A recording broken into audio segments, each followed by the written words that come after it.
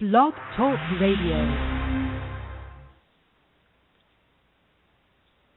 Namaste, everybody. Welcome to the April 2nd, 2014 edition of Nature of Reality Radio. I am your host, Andrew Fisher, exposing the true and false nature of reality as it exists, that we are forced to reside in every Wednesday from 6 to 8 p.m. Eastern Standard Time.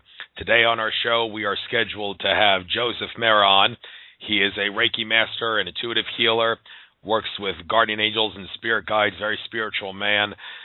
I highly recommend doing some of his healings that he has on the Alfred Lebermont Weber YouTube channel. Did a series of healings with Alfred on that show. They are very relaxing. Trust me, they do work. You will feel very light, very relaxed, and overall healed after you do them. And, of course, they can be done anytime. Didn't have to do it at the exact time as he did it with Alfred there, because time's an illusion. Joe isn't on yet. I know he's going to be on because he contacted me on Skype. But before I have him on, let's do the news, as usual, courtesy of Alex Jones and Company at InfoWars. Imagine the outcry if there was a white male or heterosexual-only cemetery, lesbian-only cemetery established in Germany. You know what I take this as? I take this as divide and conquer, trying to make people feel that certain groups are special, so they deserve a cemetery or whatever, and other groups will say, we deserve a cemetery too, and this will cause conflict, which is what the powers that be want to cause. They want to cause conflict. Muslim group says existence of women is anti-Islamic. Feminists ignore genuine women's rights issue yet again. Another act of suppression of the divine feminine on Mother Earth, a feminine energy dominant planet. The Islamic religion is notorious for suppressing feminine energy. Well, all religions are, but Islam takes it to an extreme, as evidenced by the fact that women have to wear shields, garbs, or whatever you call those things when they go out in public.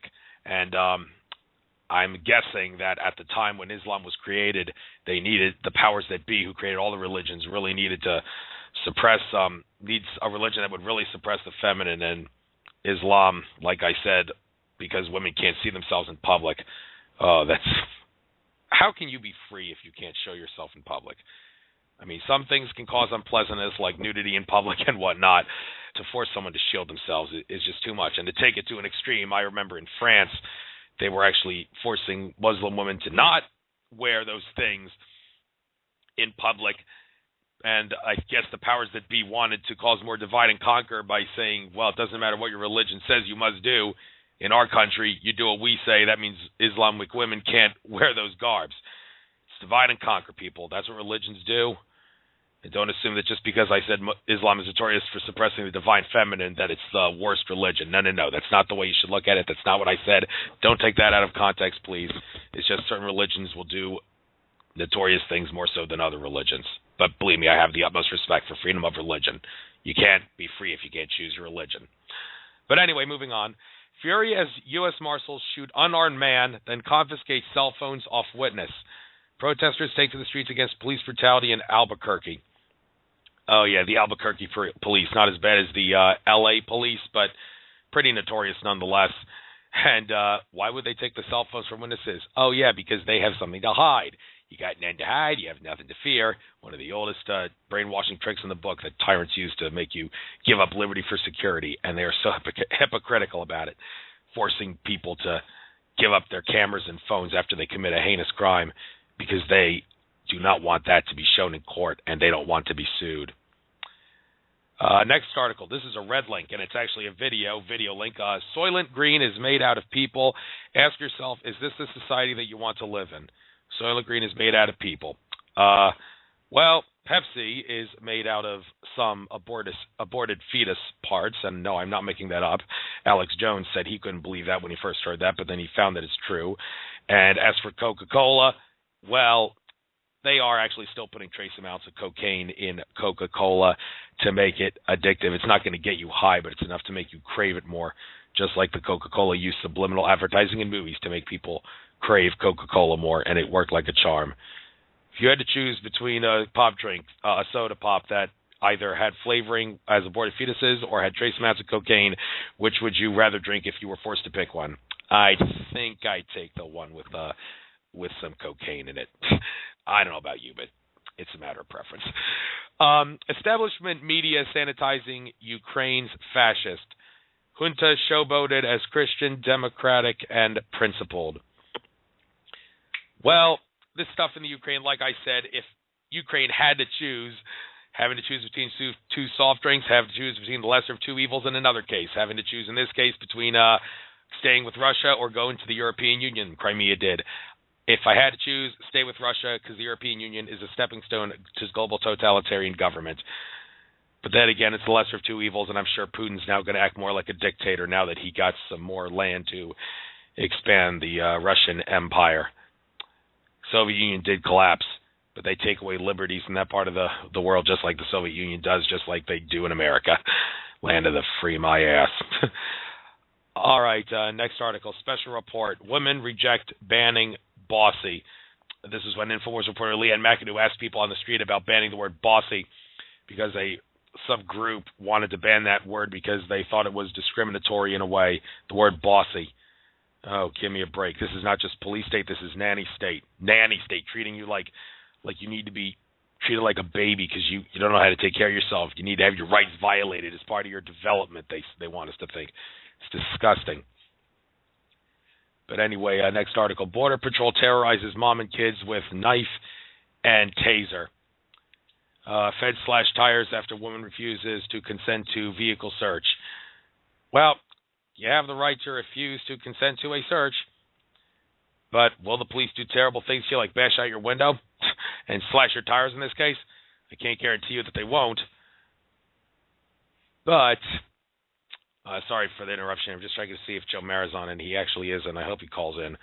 Hope this isn't a time issue. I did specifically say 6 to 8 p.m. Eastern Standard Time, and he told me to tell him this morning. I'm sure he'll be calling in, hopefully. There did seem to be a couple problems with Blog Talk Radio when I was trying to call into the show. I did manage to call in, but there did seem to be a couple glitches. I do hope that is not the case tonight, but sorry to change the subject here. But we got 2 more articles before I hopefully can get Joe on. Border Patrol terrorizes mom kids with knife, taser. Yeah, that's also, besides slashing the tires, they terrorize the kids with a knife and a taser, just refusing to consent to a search. You do have the right to refuse, and I've said it before on this show, and I'll say it again. I strongly recommend everybody watch that video called Secrets Police Don't Want You to Know on the Alex Jones channel, where former sheriff's deputy and Rule of Law radio show host Eddie Craig gives a 2.5-hour presentation exposing that transportation laws only apply to commercial drivers. You have the right to use your car with no license, no insurance, no registration, and no license plate if you're not using your car for commercial purposes. And it doesn't give you the right to drive like a lunatic, though. Even though the transportation laws don't apply to you, you can be charged with negligence, reckless endangerment, and property damage if you drive like a lunatic, or should I say travel like a lunatic. You don't want to use the word drive in court because that's a commercial-specific term, mind you. But seriously, watch that, and if this woman did that, I'm sure the cops still would have done what they did to her because they're used to getting obeyed and think they can search. But still, if you get it on camera, you can sue the crap out of them, so that's important to know. Okay, Obamacare, the last article. Obamacare, it's what the founders wanted. Nancy Pelosi expounds on the Constitution. It was April Fool's Day after all. Oh, that is so disgusting. So disgusting to hear that Nancy Pelosi, well, Nancy Pelosi is a pretty disgusting woman, disgusting to say the least, and she actually has the nerve to say the Founding Fathers would support Obamacare. No, folks, the U.S. government has only 19 authority powers to protect the borders from outside threats and the 18 enumerated powers in the federal Constitution. That's it. That's the only powers they have. And they don't have the authority to pass laws that affect the people of the several states. They don't. It's not something they can do. And Constitution does make that clear. And that's the only reason government was created, to exert by any force necessary to protect the rights and property of everybody under the auspices of that government. We never gave the government the authority to meddle in our individual capacities, unless, of course, we try to harm other people. Then they can get involved. But they certainly would not have wanted a tax being imposed on everybody. The Founding Fathers wouldn't.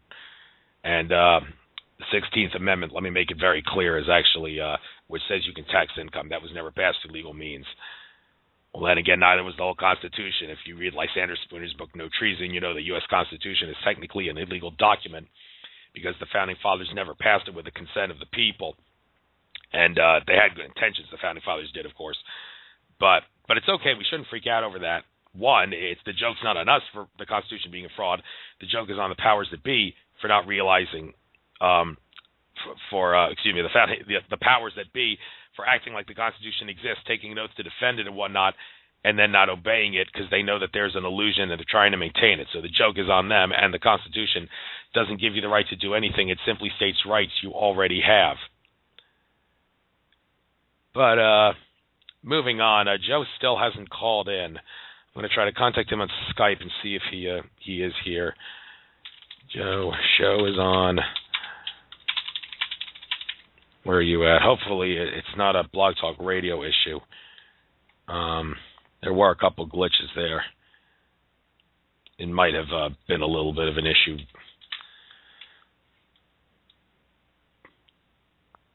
Hopefully it can be solved and resolved here, and Joe will call in any moment. I do hope this isn't a time zone problem. I already had that before.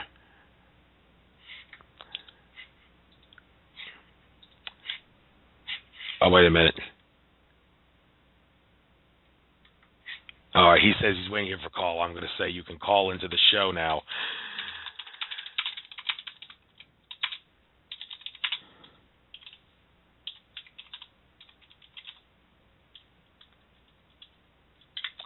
All right, he's got the number. He should be on any minute, any second now. Glad I was able to get right to him. So all we have to do is wait. I'll get some water here.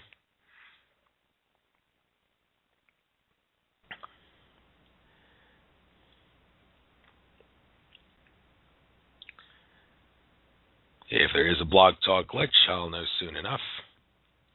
It's funny, when I was trying to sign in using Skype, it said the launch application button was not visible unless I maximized the screen. And that didn't happen before until now. And the computer was running slow, and it asked me to want to go to Windows 7 Color or something. Oh, he says he has a free version. I'm going to let him know. Call landline then.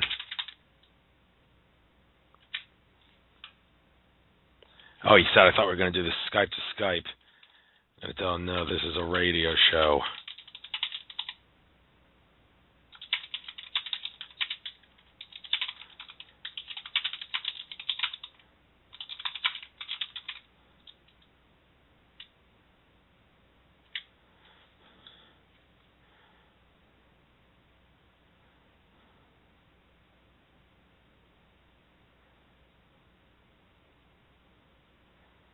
All right. Okay, I'm going to ask him, do I have to donate to you to...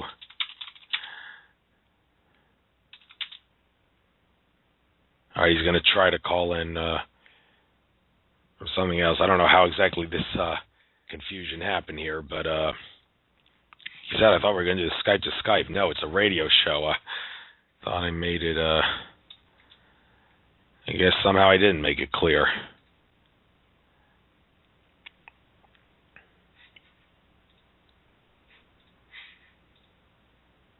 All right.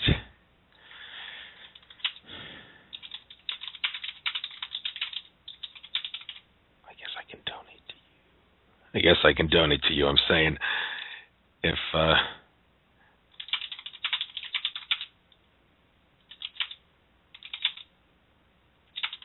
pay for a Skype fee to call in.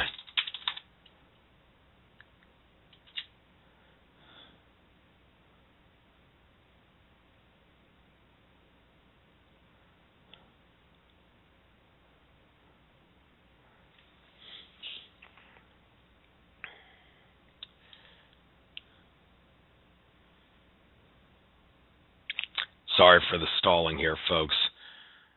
But there's really nothing I can do because of this misunderstanding, but just wait. Just good to know I'm in touch with him now. Ah, there he is. Hey, can you hear me? Yeah, area code 302. Hey, how you doing, Joe? Is that you? It's me. Yeah, how you doing? Hey, sorry for this misunderstanding. I think I should be a little more clear on my emails from now on. When I gave the number, I thought I'd made it pretty clear that you have to call into the show using Skype if you want to call in to that number, but I guess I didn't, so maybe I should rewrite my messages. So are you using Skype? Yeah, that's okay. Do you want me to donate to you to pay for the Skype fee, or are you using a cell? No. You know what I did is I logged on to Google, my Gmail account, and I have an account there. Since we're using Wi-Fi, I figured this would work. So hopefully you can hear me okay. Yeah, I can. I can hear you clearly. So it's great to have you on.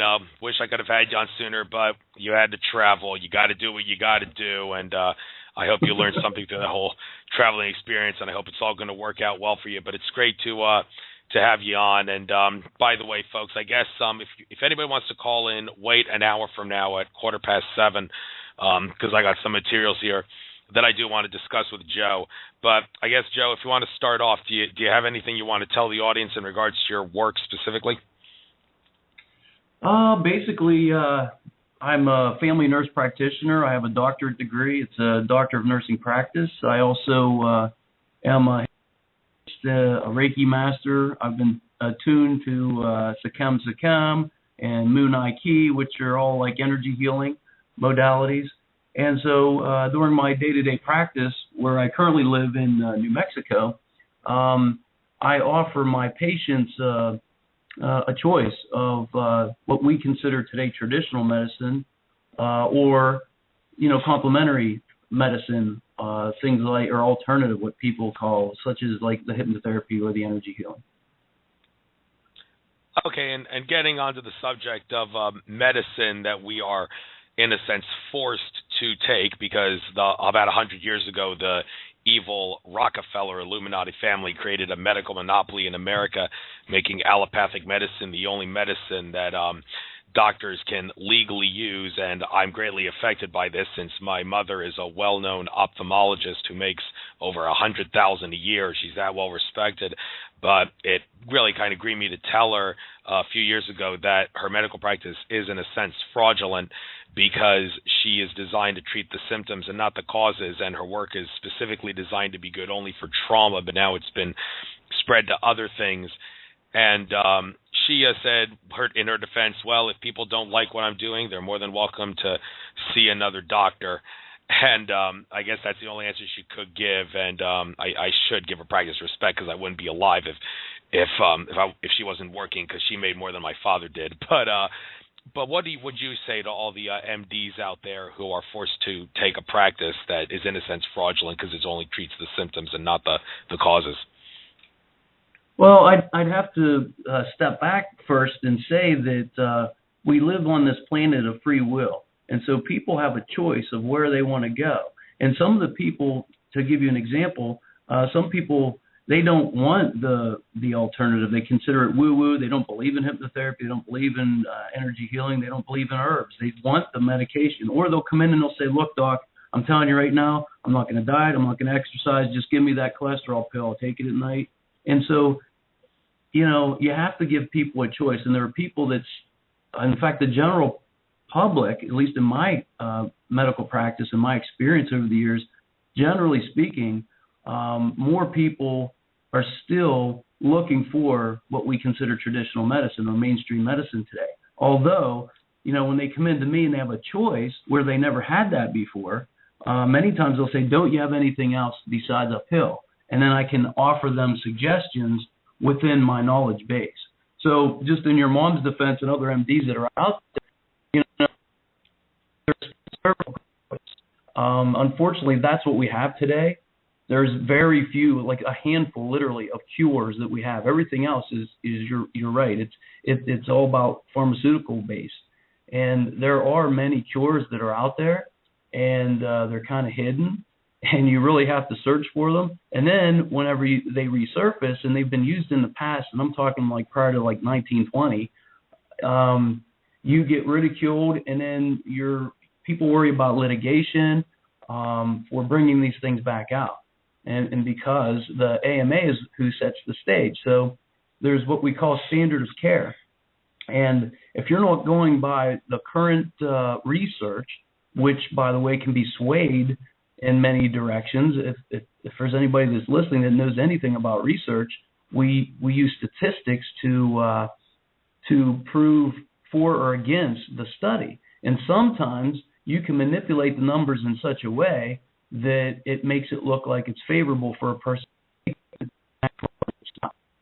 So I've learned all these things in my career. And so, I actually went away from medicine for about 6 months because I kept saying to myself, God, there's got to be a better way. And I know there is a better way, but what do you do? There's still people out there that still need to be taken care of.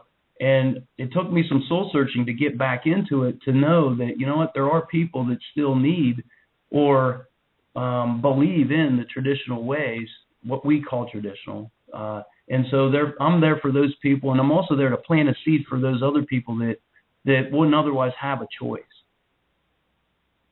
That's good to know. And just so you know, there were a couple moments there where you did break up for like 2 seconds. Hopefully that won't happen during the show when you're talking about important issues. So I guess we'll just have to bear with that. I had the same problem when I signed in with Direct Connect. That's why I switched to Skype. But in regards to Reiki, tell us, what is Reiki? How is it used to heal? How do you know it works? Silence the skeptics, if you will. Well, a person that's a skeptic and a full-on skeptic, they'll come up with some other avenue or explanation of why it worked, or it wasn't actually the energy healing that worked, it was something else. So I'm not, I don't come on to convince people. If you're open-minded enough to be there and say, what if, and explore the possibilities, you'll be amazed what really manifests before you. And you have to realize that, scientifically, we've already proven that everything, I'm talking everything, is energy. Everything's a vibration. And what separates things are where the frequency of that particular, like wood or the chair that you're sitting on, if it's wood, it's vibrating in a particular frequency. That's what makes it that wood or that chair. And so, energy healing is all about changing the vibratory frequency of the human body. And when you study it, you realize that there are what we consider these chakra centers, or these the 7 main chakra centers, but there are many, many more. And so just for sake of conversation, I'll give you an example. Like if a person comes into me and I'm seeing them for family medicine and they're having fatigue and depression and various things, not only do I look at their physicality about have they been sleeping, what's their diet like, are they exercising, what else could it be? And so I do some lab studies, and usually whenever I do that, it's just to confirm what I already know. And typically it's like, okay, could this be a thyroid disorder? And so if I'm looking at the physicality of it on a higher level, an energetic level, I'm like, what's in that area of the body? And so right there's the throat. And so you ask them, do you hold your truth back? Are you not speaking your truth? Because a lot of times energetically, that's where the word dis-ease comes from. When you're holding on to something like a lower vibratory frequency or an energy, or you're holding on to baggage that you just won't get rid of, it causes a dis-ease in physicality. And so once you know these and you put these pieces together and they're not separate from the way you've been trained in education and medicine, then all of a sudden it's like you're putting the pieces of the puzzle together and you have a more holistic approach towards how you practice and how you see people. And so energy healing, or Reiki more specifically, is just that. You allow these energies from these higher sources of creation to stream through you, and all you are is like a channel of energy to allow the energy with the focused intent for that person. And of course, the person has to be open to receive this for this to work. This isn't like, I'm going to heal you, Joe Marra, I'm going to heal you. It's, I'm going to use my body as a tool to allow the energy to stream through me to you for the purpose of healing, if that's what you want. If that makes sense. Oh, yes, it does make sense. And we might as well start talking about the chakras. Currently in the process of reading David Icke's book, The Perception Deception, and one thing that he really stressed in that in that book was the fact that when the Archons took over planet Earth after the fall of Atlantis, they tried to move us from a heart-based chakra system into a solar plexus chakra system, which is more ego-based, and that puts us in the divide and conquer mentality and all the other negative stuff that goes with it. Can you confirm that is definitely what they did? I hear what he's saying. I hear what you're saying with his book. And, confirm is a pretty strong word. I can tell you that when people are in their root chakra or the solar plexus down are more earthy, it's more the physicality that we live and traverse this planet, whereas the heart center up is more of the love and light and the tapped into the spiritualness. And so if I back up just a little bit, we have to look at more than just the physicality when we talk about all this. And when I look at the human form, I look at the mind, the body, the spirit, the emotional, and the energetic part of the human being. And so to separate that or just look at one part, you miss the boat. So with what he's saying, I can't confirm it, but I can say that generally speaking, yes, we're in survival mode right now, which is a root chakra type of a manifestation. If you were heart-centered, everything would be unconditional love. And this is where Christ consciousness comes in, or what Jesus Christ was walking this planet. I don't believe that he was the Savior, and this is my own personal belief. For those that are Christian out there, I believe that he was showing us our highest potential. He said, you will do these things and greater things. And so basically he was saying, look, I'm doing this and so can you. Okay, there seems to be a little debate over how much you should use each chakra, because I've often referenced George Kavassilas on my show. I did 2 interviews with him, and I admire his work. I don't care that he was wrong about December 21st and the March 13th, the March solstice in 2013, that whole thing being wrong. He's a very intelligent man nonetheless, and he's very much about the heart chakra. But the thing that seems to be a little debatable with what he says is he says, I don't waste my time. Well, he doesn't say waste his time, but I don't really use my pineal gland, my third eye, and my crown chakra, because as far as I'm concerned, just keep using your heart and you can't go wrong. So someone who follows that would probably think, am I missing out not using other chakras like the crown and the third eye? I mean, what do you have to say about his mentality of just go with the heart and don't worry about the other chakras too much? He has a point, but yet when I talk to people, I'm talking about balance. Everything I just said, the mind, body, spirit, emotional, and energetic, it's all about being in balance. And when you have one chakra out of balance, it throws the rest of your physicality, your emotions. One affects the other. You can't affect one without affecting the other. So it's all about balance. So I would say that I wouldn't simply focus on the heart, because here's the other thing. A lot of people are out there, and this is where the confusion comes, because one person will say one thing, another person will say another. And I'm not saying any of those people are wrong. They're just coming from a different perspective. And so those that say, oh, you need to be, we need to go to spirituality and it's all about spirit. No, it's not. It's about balance. You can pull your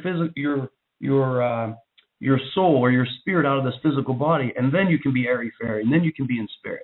We are here to balance out the spirit and all those things that I talked about while we traverse this planet. We are in physical form. That's what this whole thing is about, living to the fullest. And how does one do that? When we have fear and doubt and all these other things, it prevents us from living a fulfilled life. And so energetically, life doesn't happen to you, it happens from you. So as you vibrate at a higher vibratory frequency, you're in total balance. That's what you attract to yourself. So anybody that's out of balance is going to attract more of that same thing to themselves. Okay. All right. Oh, I heard an echo. By the way, it seems like my mute button, a couple of times in the show, it's gotten stalled. I've noticed this the past 2 shows. I don't know if I should mute when I'm on, because if that's the case, it may be a long time after you stop talking, but hopefully that won't become a glitch. But moving on, since you said having a balance with balancing this matrix that we're forced to live in and also realizing that you're infinite, you can't in this matrix say, I'm infinite, I can do everything, because if you follow that mentality, you're going to be in a lot of trouble, because this matrix does contain free will to a large extent. But with that being said, I have noticed in my mission of sorts that I follow in life, where I try to combine spirituality and metaphysics and consciousness community material with the patriot and conspiracy movement. I try to combine the material of those two groups, and I've actually noticed that that's not necessarily going to work out.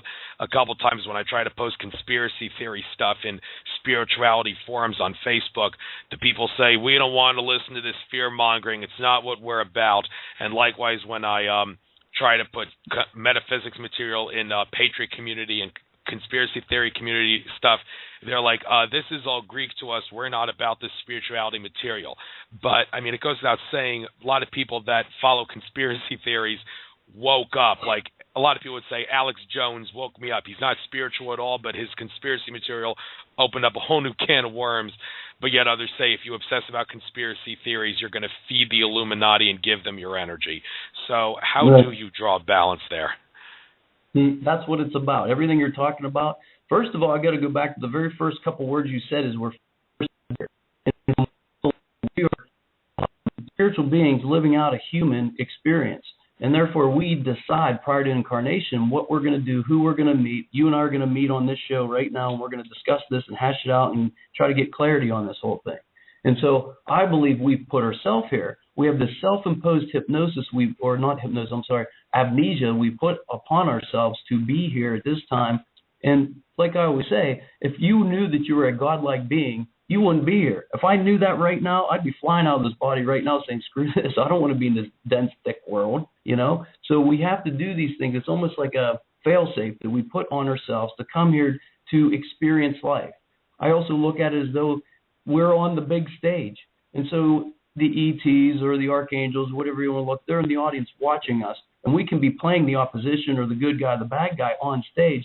As soon as we step out of the physical body, all of a sudden now we are soulmates and we're all buddies. We're all love and light. But here in this density, this 3D, we're here to play out this game. And so the geopolitical is all about the Alex Jones and the conspiracy theories and all the things that are a reality that holds humanity back at this time from their highest potential. And so without knowing it, you can't get to these higher truths. You know, you can be airy-fairy and all about spirituality, or you can be all, the Federal Reserve and the chemtrails and the GMOs and all these types of things. But if you don't know about them, you can't rise above them. And so what I did as I went up through my spiritual growth, I studied all the things you're talking about, and then I got to this higher plane of awareness of spirituality. Then I realized it's all about balance while I'm living on this planet, but not of it. You know what I'm saying? So there's lots of people, like you said, we have free will. We all have a choice to choose what direction we go, and we shouldn't, and this was my lesson too, is I want to bring my family with me, my friends. I can't force this down their throat, and nor should I. It's about free will. I wouldn't want them to force something on me that I didn't want to hear. It's not like you have to pick a side, but it's about balance. And so if you're going to be putting on a radio show that is about, this is what I did personally, so I'm just giving you my thing. I went up through all those levels, and I interviewed all those people from South Africa and Ecuador and just anywhere across the United States and Mexico. And I interviewed all these people that had a piece to the puzzle geopolitically, like Michael Tellinger in South Africa. And he's talking about these ancient ruins in the Anunnaki. And, George Green, who was in the Carter administration, he talks about finance and what's going on globally with that right now. And once I learned and put all these pieces together, I didn't need it anymore. And so, yes, I'm aware of it, so I can speak about it if somebody asks me, but I don't dwell on it because, again, I don't want to give my energy that, just like you said, I don't want to give my energy in that direction unless I'm asked of it to give somebody clarity so they can rise up to where about. All right, you kind of broke up there at the end, but we're just going to forget that and move on. One thing I'd like to clear up, there seems to be some confusion in the metaphysics and spirituality community about terminology, and hopefully you'll be able to answer this. The difference between the terms dimension and density. like people say we are in the fourth dimension, and we're also in the fifth dimension, not just the third dimension, but we are not yet in the fourth density. And I heard this one woman who did an interview on Project Camelot, who has contact with Cassiopeia and extraterrestrials. She said the difference between dimensions and densities is densities go vertical. There's only 7 of them, but dimensions are horizontal and they're infinite, and you can have densities above dimensions, and the density will have control over the dimensions below it. I don't know. It's really confusing. Maybe the reason nobody can agree on this is because everybody who tries to explain it gives a confusing explanation. But among other things, this has also led me to believe that Andromeda Council contactee Tolek, he said, we will ascend into 4D Earth in January 2014, but apparently we're not on that timeline. And I'm thinking maybe he's got it all wrong. Maybe he should be saying we'll be ascending into fourth density. But Bashar, another ET contactee who I got in contact with when I got to communicate with him through his contactee at the N5D conference in Los Angeles, said you will remain in the third density for about another 1,000 years, but you're already in the fourth dimension. So what's the difference between the terms, and what can you say about this stuff here? Well, human beings have to use words which can be, they have different meanings to each individual person. The same as a color. Like if you point out a color, it might be green to you but blue to me. And so that's why it's a little bit confusing with that. And the definitions are such that, yes, people use them interchangeably. And even myself, I find myself doing that also. If I was just to say, like, dimensions, I look at us as we're in a third dimension. Just separate it. Like the third dimension is the people that have no idea about chemtrails or GMOs or the Illuminati. Those are people that are just really into the third dimension. The fourth density or dimension, and see, I use these interchangeably. To me, it doesn't matter, like to full on define those two terms. To me, it'd be almost like having a thesaurus that has a synonym that has the same meanings. To me, that's all it means to me. It doesn't. It's not that important to separate those. And as far as like horizontal or vertical, I have no idea about it. I know that just in my own awareness, there are so many dimensions. We think of 12, but some of us think of 12. But really, there are so many subgroups within each dimension. So, like third density, say there's third dimension, I would say 12 levels in that. So in dimension, there's 12 levels. So I just think that it's just a way for us to kind of communicate with one another a meaning and an awareness and an understanding that helps us come together on agreement in this unified field. We are in this consciousness, this collective consciousness, but we also have our own individual consciousness. And so this gets confusing sometimes because we have our own individual perceptions, but we're also connected energetically to this higher or global collective consciousness. And so within these densities or dimensions, which I use them interchangeably, I just got to be honest, just to show people the way I look at it is 3D or 3 density, third dimension to me is those people that go to work, they come home, they have a beer, they watch football, they take care of the lawn, and then they go to work the next day. And there's no judgment there. Those people are where they want to be, and that's great. It's about free will.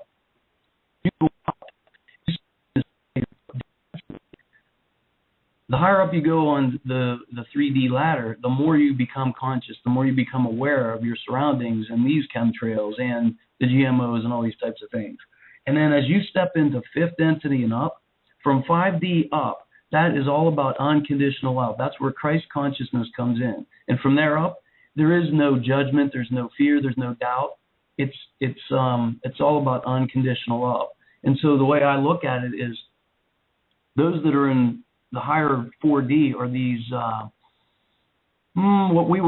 what I say is opposition, but many call them the bad guys, like the draconians and the reptilians.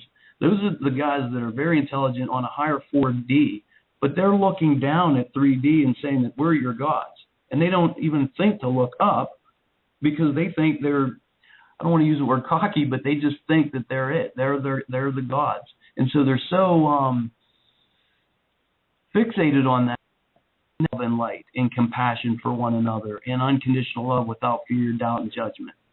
So hopefully that clears it up. I can't give you an answer between density and dimension because honestly, I use them interchangeably.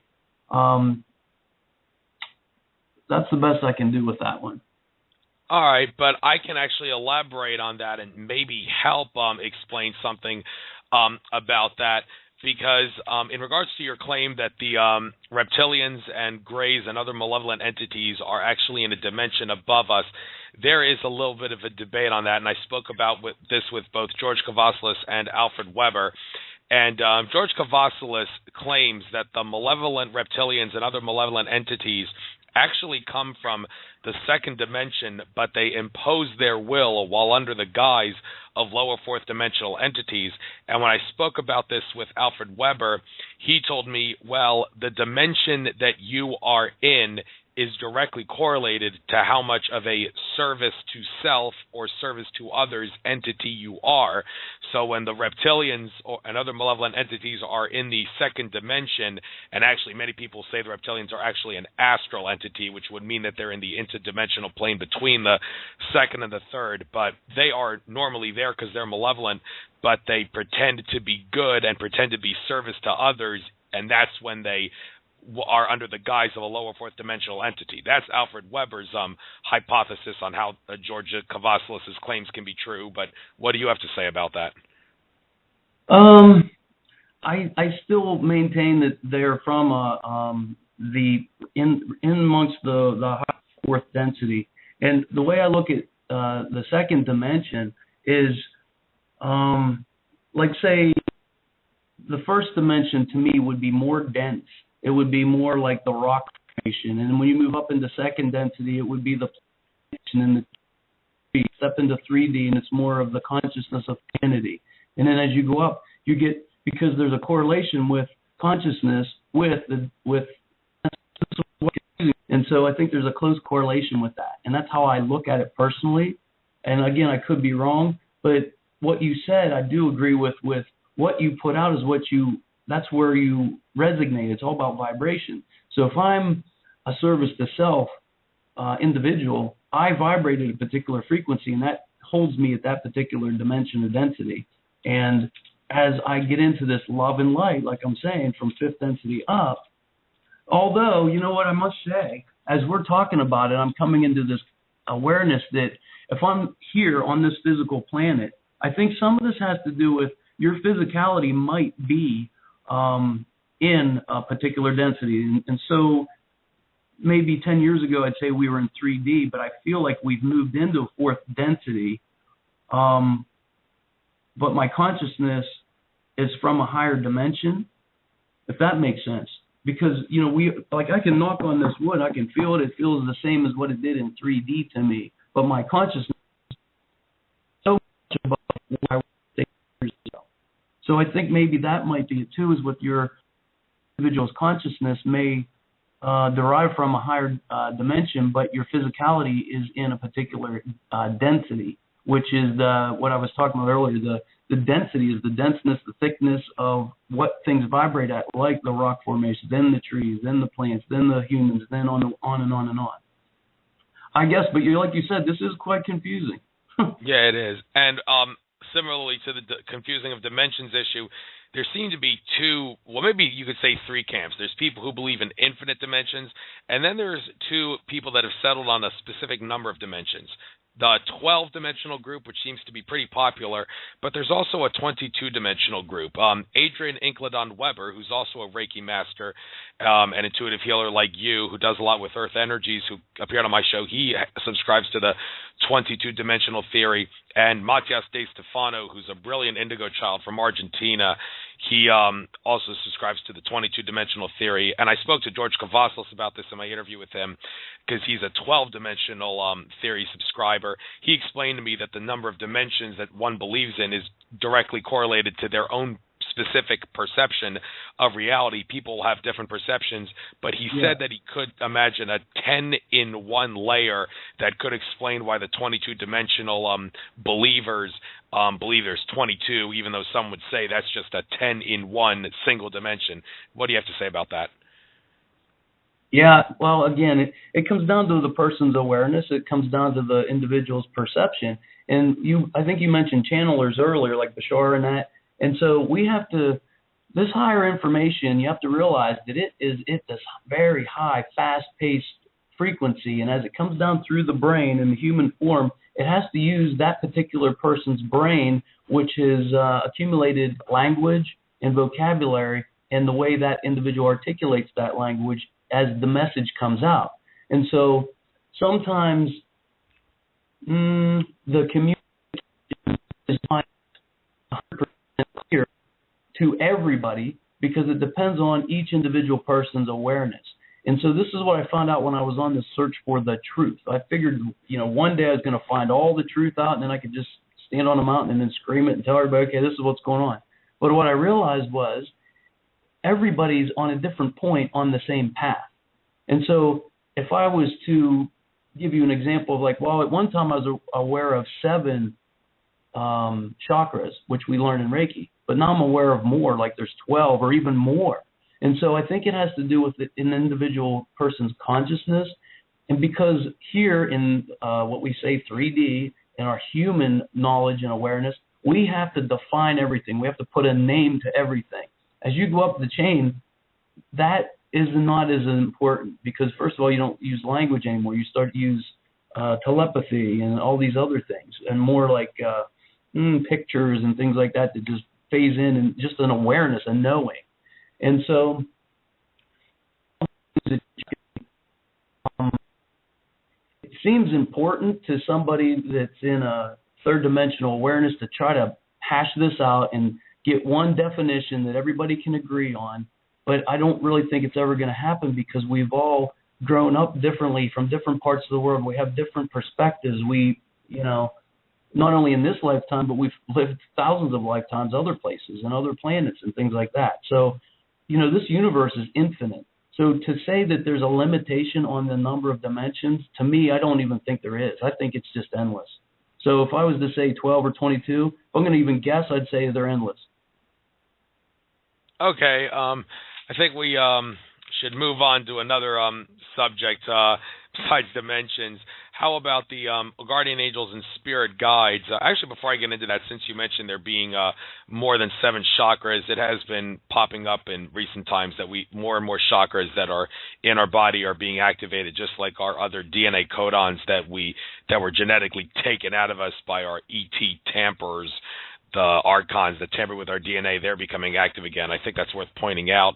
But maybe we'll get back into that later. But I want to talk about guardian angels and spirit guides. Before we get into the benevolent stuff, I want to get into the questionable stuff because another shaman and intuitive healer, all right, I'll give his name, Matthew Bueno. I called into C.J. Miller's radio show on In5D Radio when Matthew Bueno was on because he calls in the guardian angels and spirit guides for his work. And he called in some religious figures like Jesus, for example.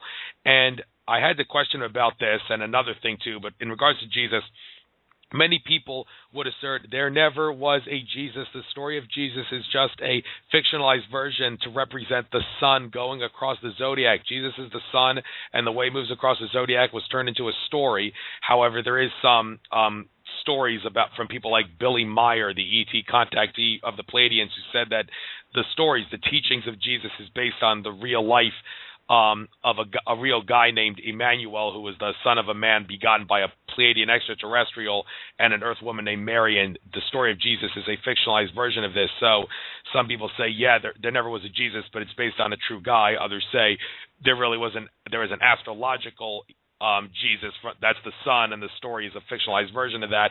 But this brings up the question, why would a spiritual worker call in a religious figure like Jesus if he didn't exist, or you don't know if he didn't exist? And Sai Baba, sorry for talking so much, but this is important to get out. He's another person that Matthew Bueno also calls in Sai Baba for his spiritual work, and I asked Matthew Bueno about this. David Icke, in his book Children of the Matrix, talked about how Sai Baba was a pedophile, con artist, thief, and murderer, and I'm asking him, why in the hell would you call in this fraud for spiritual work? So religious figures and people like Sai Baba, who are thought by some to be evil people pretending to be good people, why would a spiritual person like you or Matthew Bueno call those people in? I don't think I've ever on either of those, but we got to go back to the beginning here of realizing that we are co-creators in this thing we call life. And first of all, we're a creator, but we're on this planet collectively, and we have this collective consciousness. So what you have to realize is the more people that believe one thing at one time becomes your general reality.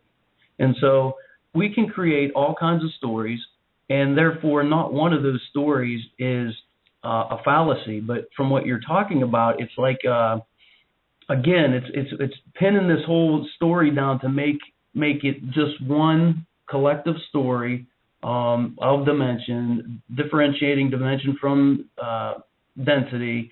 Was there an archangel so-and-so, or was Jesus, did he, all of these things as you go up, all these are just stories that we've created, and some people wholeheartedly believe in them. And you also have to realize that, Jesus Christ, people on this planet are still with Christianity. So the more people that believe in that story, it becomes your current reality. And we can shift in and out of all these different realities. We've also haven't gotten into the point of time. And so the past, present, and future are all happening right now. So everything is a potential as we create it. So we look at things in a linear way, and I guess that's what I'm trying to say, in a time way. Well, when did this happen? Was it 2,000 years ago? Well, in a linear 3D explanation, yes, it could be. Or is it really, as you go up in those awarenesses, is everything just a potential where you can kind of step in and go, okay, I'm experiencing this right now? And so this comes back to us having amnesia for the purpose of the separation and the ability to have a physical experience, being that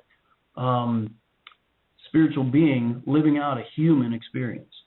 And so it's really hard for me to really answer some of these questions because it's kind of in a linear, defined way.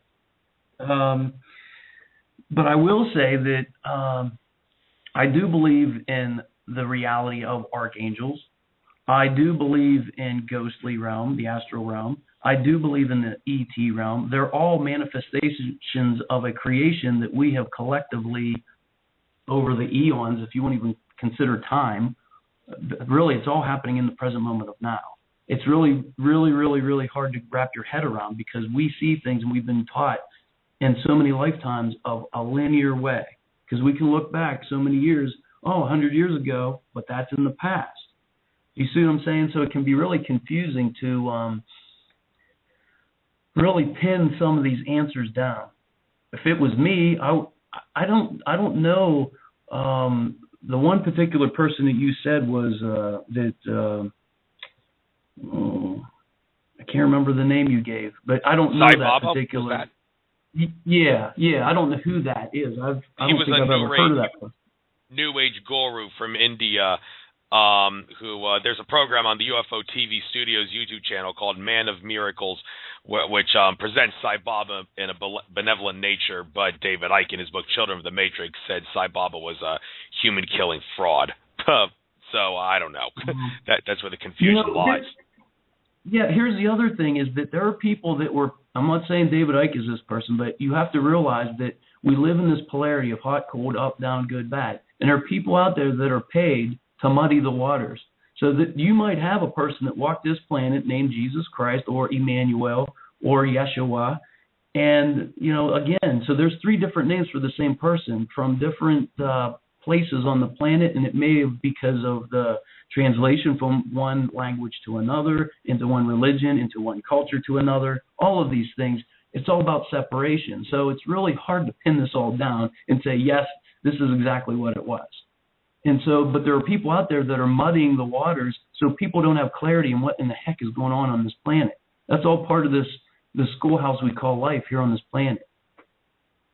Right. I guess you mentioned earlier getting into the subject of time. I don't know how much work you do with the whole aspect of time, but hopefully you might be able to answer some of this stuff. Maybe we could explain how this whole confusion over whether these entities like Sai Baba are good or bad, because Andrew Bartzis, an Akashic Records reader, talked about how there are entities known as timeline watchers who have the ability to implant things into our reality. One noticeable example of this is the case with Zecharia Sitchin. Andrew Bartzis said that Zecharia Sitchin's first 3 books were extremely accurate, but he said Sitchin's 4th book onward totally got screwed up in regards to mixing up timelines, and there were a couple things with Sitchin's first 3 books that were wrong. I don't have time to get into that, but the issue here is there's a lot of information out there, or should I say disinformation, that presents Zecharia Sitchin in a negative light, among other things, presenting him as a CIA and Illuminati operative and even a reptilian alien, shape-shifting reptilian alien, as Arizona Wilder and Mind Control Illuminati slave told David Icke in his documentary Revelations of a Mother Goddess in the late 90s. Andrew Bartzis explained to me when I asked him about this that there are entities that are called timeline watchers who have the ability to implant things in a timeline, not necessarily the main organic timeline, but another timeline, through some method to present things as disinformation, and for some reason they made Zecharia Sitchin a victim of that to a great extent. But there are other situations, like maybe this whole thing about Sai Baba is another one of those cases. Do you know anything about that? And then we'll talk more about time later. Yeah, time is funny, and like I said, everything is in the present moment of right now, and right now, and right now. Everything's a potential, and is what we create with each moment now. And so it's really, really difficult to talk about timelines. And again, in human form, we create these definitions and these words just so we can kind of understand what in the heck is going on, so that we can have this experience here in this physicality. And so on one sense, yes, there's a reality of timelines from a lower vantage point, because to help make sense of it, okay, well, we're going to shift from this timeline to this one, and this is the positive timeline, this is the negative timeline, and if you have a higher vibration, you're going to shift to the positive timeline. Is that a reality? Sort of, but it's really from a lower vantage point of what you're looking at. As you get up to vibration, you're just like, what's happening right now? So it depends. If I'm in perfect balance right now, then I am attracting that very thing to myself. And so all these old stories that we can talk about, just like we're talking about tonight, we're trying to make sense of things just to see where we're at, to give us a gauge of what's going on with humanity, right? And so the best thing we can do is go back in history and try to make sense of it. But really, I can't say that I disagree with this gentleman who's talking about somebody manipulating things within a timeline. I mean, if it's out there, if you can think about it, and if you can discuss it, it's happening somewhere on some timeline or in some reality. You have to realize there's parallel realities, there's parallel universes, there's multiple dimensions or densities. There's so many things that we can't even think about comprehending in this human form right now due to, for one, the self-imposed amnesia that we have. Also, from a lower vantage point, yeah, you're looking at this and our brain function has been altered, but from a higher vantage point, we did this to ourselves for the purpose of the experience. And so it all depends on where your vantage point is. So again, this is really, we're trying to pin this down in a linear way to make sense of it, but there are just too many variables to do that. Okay, I think we can all agree on that. The subject of time is one thing that many people will not understand. I'm going to have Andrew Bashago on my show, Time Travel Whistleblower, in the near future. We'll definitely get into great detail on that in that show. But I want to get back to guardian angels and spirit guides. Remote viewing has been used to envisioned guardian angels and spirit guides and even extraterrestrial councils. In his book, Alien Agenda, Jim Marra talked about a CIA-trained remote viewer who, and more than one, a remote viewer, as a matter of fact, who had both envisioned I hear whistling in the background. Do you know what that is?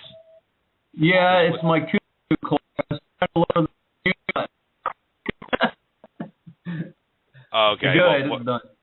All right, well, we'll just ignore that. But anyway, getting back to the remote viewing being used by CIA-trained remote viewers to envision alien councils, they gave a very concise description of the ETs in the council and the ziggurat-shaped structure of the council. And there was also a remote viewing documentary on the UFO TV Studios YouTube channel, which is basically a beginner's guide to remote viewing. During the question and answer session, the guy said, yeah, there are guardian angels of sorts floating around in our reality that remote viewers have seen. They do not get involved in our reality unless the situation is dire and they need to, among other things, implant thoughts in people's minds to make the situation better. Or if you're asked, they will help you because they follow unconditional love. They don't interfere unless they're asked. A tyrannical government obviously would not want us to know that there are benevolent alien councils and guardian angels and spirit guides watching over us. But can you confirm, yeah, both guardian angels are floating around in our reality, in our vicinity, and there are extraterrestrial councils out there that are watching over us too? Simple answer is yes. You have to realize that my friend Terry Ippoletti, she's a deep channel, and she came into my office. I had an urgent care center in Altoona, Pennsylvania, and she walked in as a hypnotherapist, Reiki master, and she was doing these things called automatic writing, which she would just spontaneously was doing that and just spontaneously channeling. And so what we did was we worked on honing her skills as a channel. Every day at lunchtime, after work, we worked on this for like a couple years. And so we went through all these realms we're talking about. We went through the astral realm. We went through this ghost busting phase. We went through the archangel realm. We went through the ET, and then she even was channeling planets, like planet Earth. And so I have experience.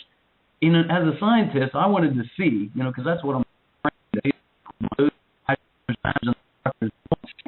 And so I wanted to witness. Here's this person that appears to me like Edgar Cayce, who I've studied in the past, or Nostradamus, or whatever.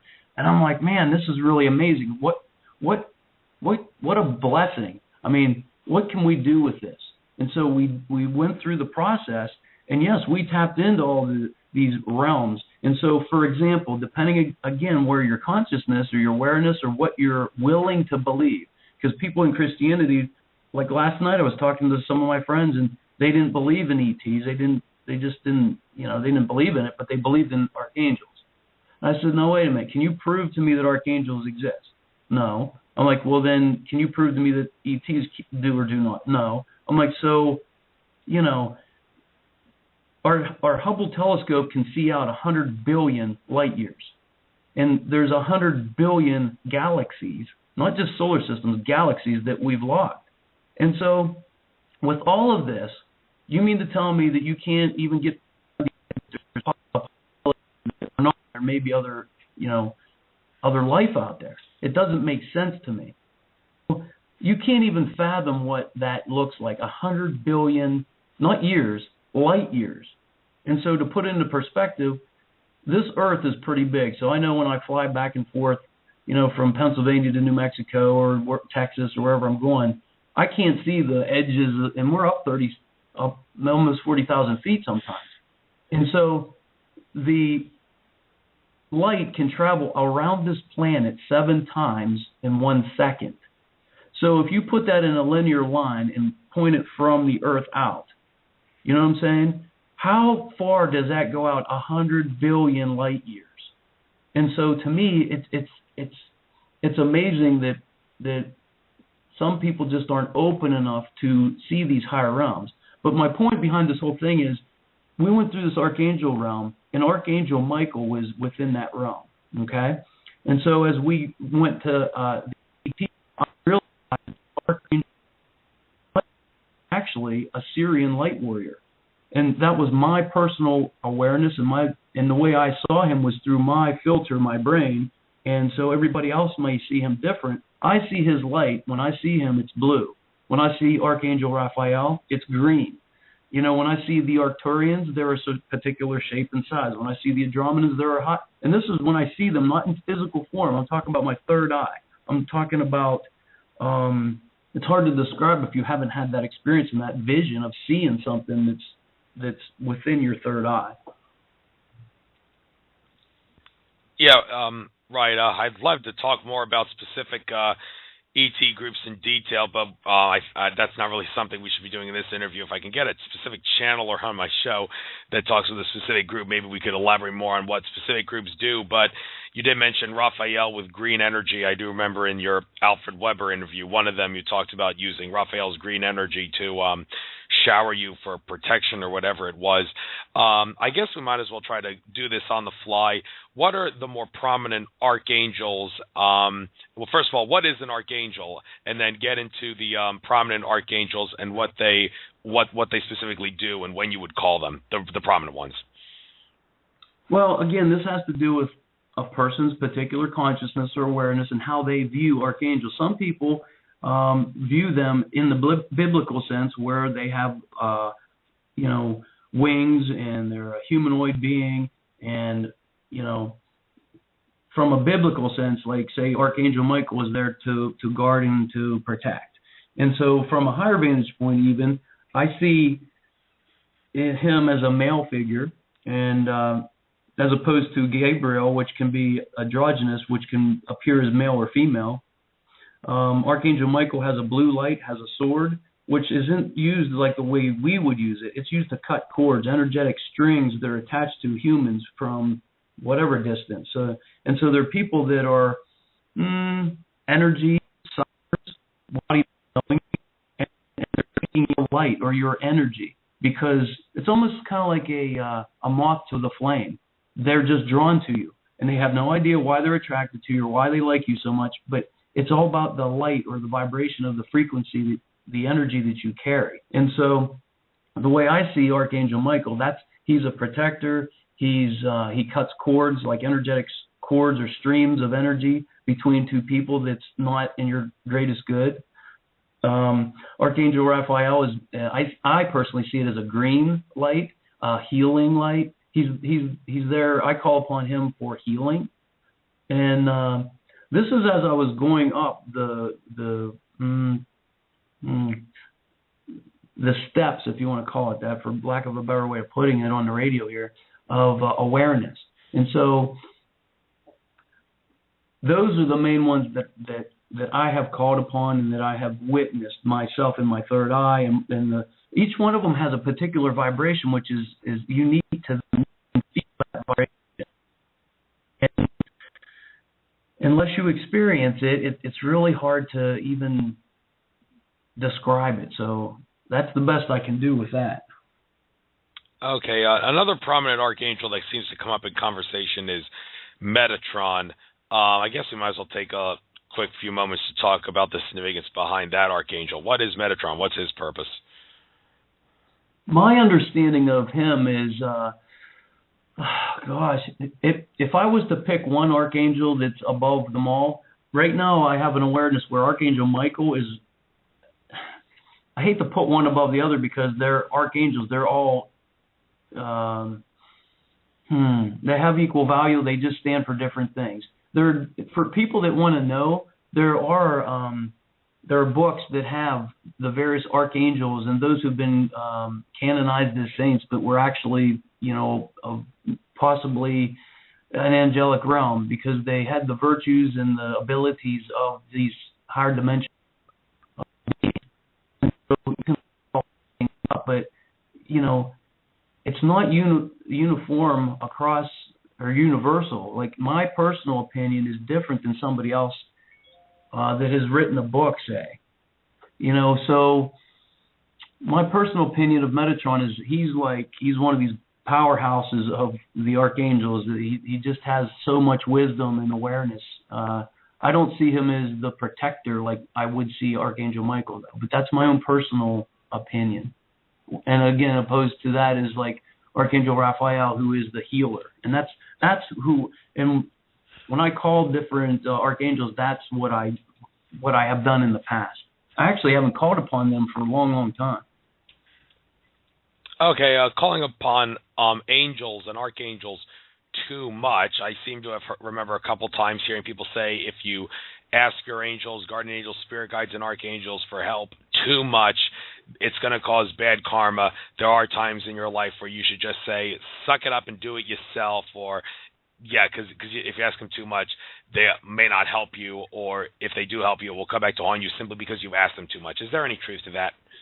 I don't believe so. I think that as you're going up this ladder that I keep saying, these steps, of course we have guides, archangels all around us that are there, and it depends on your particular point of view. But no, if you're asking for assistance in something, and it's in your greatest good. Now, see, there's all these variables. Like we've self-imposed this amnesia. We've also put different barriers in front of us for the purpose of soul. Some people call it soul growth, but I say it's about remembrance, because we started as a spark of light, or made in the image of God, that spark, a fractal of God. So therefore we are all God. Really, we're all God. We're made in the image. We're made of the same stuff.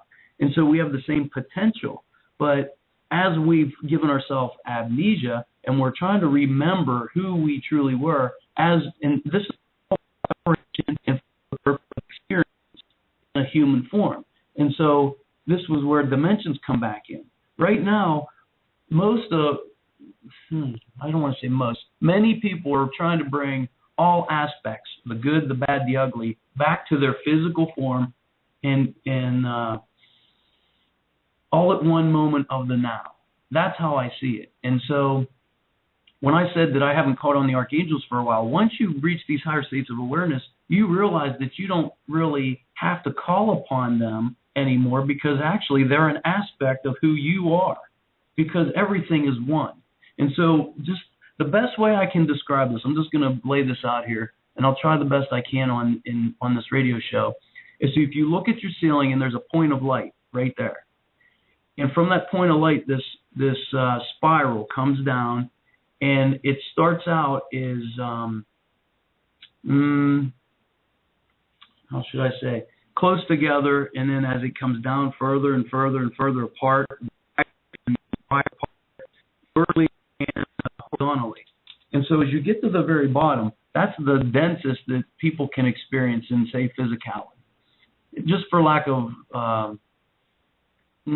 discussion here, you could even say that that energy, you could experience what it's like in consciousness as a rock or as a tree. And as you go up these spirals, you go higher and higher and higher, plus your consciousness raises. And as you continue to go up and up and up, the whole purpose of this, if you could picture that spark of light as God, and in the thought, what would it be like to separate? As you separate and things get wider and wider apart, that's the separation. So as you come down to fifth density and then fourth and then third, everything here in physicality, there's so much separation of that light or of yourself that it's there for the purpose of the experience. And as you gain in more consciousness and more awareness, you have less and less separation until you get back to that one point of remembrance of who you truly are. And so you'll go up, you know, a remembrance of the astral realm, and then the angelic realm, and then the ET realm, and then, you know, the Elohim, and all these other godlike, and on and on and on until you get back to that source point. That's the best way that I can describe it so people can understand it over this radio show. Does that make sense? Yes, and I'd like to talk some about meditation, because there's a little debate as to when meditation can become harmful and when too much is bad or something. Here's a couple of debates in regards to meditation. One is meditation can be harmful if you turn it into a ritual, meaning that you always do it at the same time, always try to do a specific meditation at a specific time. If you make a ritual out of it, then it becomes a problem and it can be harmful. And other people have said when you meditate, you shouldn't bring energy into you. You should always radiate energy out of you, specifically out of your heart chakra, because you are infinite. So why not make the best of it and just radiate love energy out into consciousness instead of just bringing any energy into you? And other people have said you also don't want to bring energy into you because you enable malevolent entities and fear energy to harm you. And even if you ask your guardian angels and spirit guides for protection, if you let energy come into you when you meditate, you're still putting yourself at risk of harmful entities. So can you confirm you should, always meditate radiating energy? And when can meditation be a harmful ritual?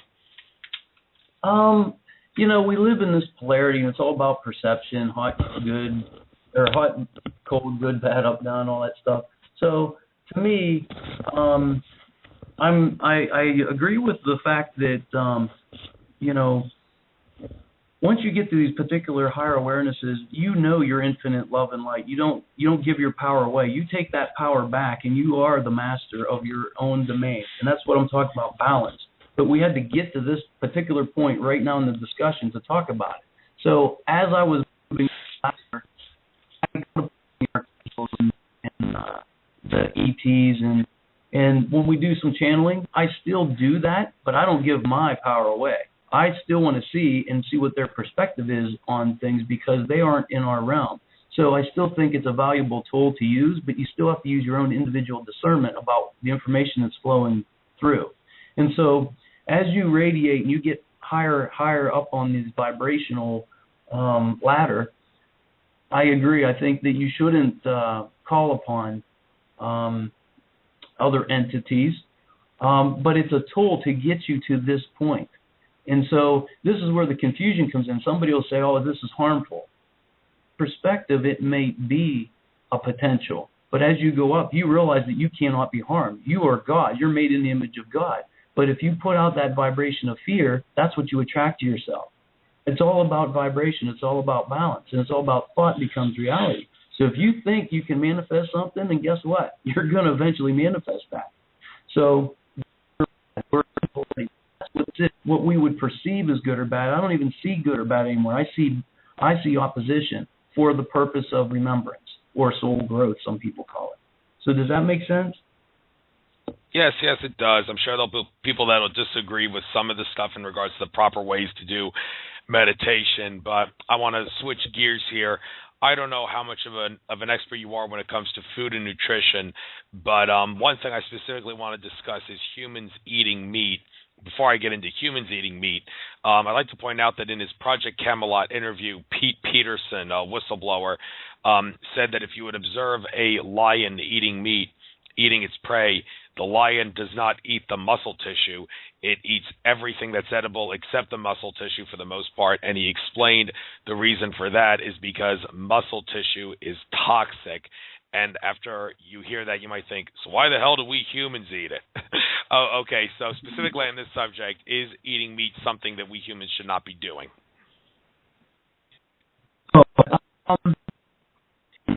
I would have the short answer, no, we shouldn't be. Because if you this all comes down to the vibration of love again. And so you imagine, say, these big chains, these big hamburger chains. Where do they get their beef? They go to these feedlots where these cows they're put in a small pen and they're just walking around in their own crap, and they're fed to be as feeders to get a particular weight, and then they go to a sale barn and they're sold, and there's all this fear. And so you have to realize that the fear goes in the DNA of that particular animal. And so as you consume the DNA, the meat, you are what you eat, and you take in these lower vibratory frequencies. And so what's more natural is to eat anything naturally growing from the planet that's edible, such as leafy greens and plants, and those can be naturally. Now, the difference is if you do like to eat meat, if you're raising your own cow, for instance, and you love it and you cherish it and you feed it and give it a home and all those types of things, a barn that's warm and all that, and for that, it gives its life for you. That's a totally different situation than getting a cow from a feedlot that has this fear instilled within it. And so we still live in this duality. So is it your highest potential to eat meat? No. But we're still here right now. So, you know what I mean? Until things subtly change time after time after time, I don't think we will be eating meat eventually. But who knows how long that's going to happen. The same with the financial thing. You know, I can give you our highest potential and everything, but is it practical in day-to-day life? Because some people can't afford to go out and buy a farm and raise their own cattle and all that kind of stuff. You know what I'm saying? So you have to be practical here. A lot of people speak with high potential, but give me other examples of if I am going to eat meat or anything that's not the leafy greens and all that I discussed, I literally pray over it, and I put my hands over it, and I say, whatever's in the highest good, please, you know, if you want to call upon your creator, or if you just want to call the high sources of creation, allow this energy to stream through me to transmute and transcend any negativity, blockages, attachments on this food. So as I ingest it, it's for my highest good. Yes, and one specific food that is said to be the worst is processed food. Can you quickly explain why processed food, in terms of like vibrational energy and what we did to the animal, is the worst food? Sure. Well, just even anything that's processed, as far as like potato chips or it's all manufactured. It's boiled, it's cooked, there's additives put in it. So anything that's naturally occurring, that's coming from our planet, is vibrating at the same frequency our physical body should be, because we're living on the planet. So as human beings create food in a processed manner, it's not natural. It's not fresh. It's not at a high vibration. So that can explain why it's not in your greatest good to eat that particular food. Do people do it? Yes. And if you do, the best thing you can do, if that's all you have, because I know there are people that are on fixed incomes that have to eat a particular meal. You know what? Pray over that and truly believe that you're transmuting and transmitting or transcending the food that you're eating to a higher vibration that's in your greatest good, because you as a co-creator have that ability. You just have to believe in it. Right. Let's switch gears and talk about crystals for a change. Do you do any work with crystals? And if somebody wants to get high off crystal energy, for lack of a better phrase, what are some tips that you would give to the beginner in that regard on getting high off crystals? Well, you know, crystals, they're naturally occurring from this planet, some of them. There's moldavite that's actually come in from our space that actually planted, and so it's not actually from planet Earth or created, but it does carry a very high vibratory frequency. Crystal quartz it clears all other quartzes. It's clear, it's clean. You almost have to allow yourself to get into, I don't want to say a meditative state. You just close your eyes and you can actually feel it. And women are very empathic. They feel the energies and the variations in energies of the various crystals as they pick them up, and they allow themselves to feel into that energy. And just by virtue of having the thought of picking up the energy, the crystal can take you places, I'm telling you. One thing you should do, though, is if you're purchasing them, if you're not finding them yourself on the earth and you're purchasing them at, say, a rock shop, you got to remember lots of people are handling these, and the energies are picked up and stored in the crystal. So you have to consciously clear each crystal. Some use salts, or they put it out in the moon to charge, or the sun. There's various ways. Whatever you believe in is what it comes down to. At least have the conscious thought of, okay, I'm going to cleanse this crystal. And you can also program crystals to, because that's what they've come here for the purpose of assisting humanity. And so they, in my opinion, they enjoy the service to humanity. So if you say, hey, this is what I want you to do for me. I want you to attract abundance for me. This is what I'm going to program. If you want to, I hate that word program, but for lack of a better word, I'm going to instill this thought of abundance. And that's, as you look at that every single day, not only is it work through the crystal, but it's also a reminder of a thought for you. And the more times you think of one thing, it becomes your reality. So, I mean, there's so many variables to discuss, but yes, crystals are very healing. There's a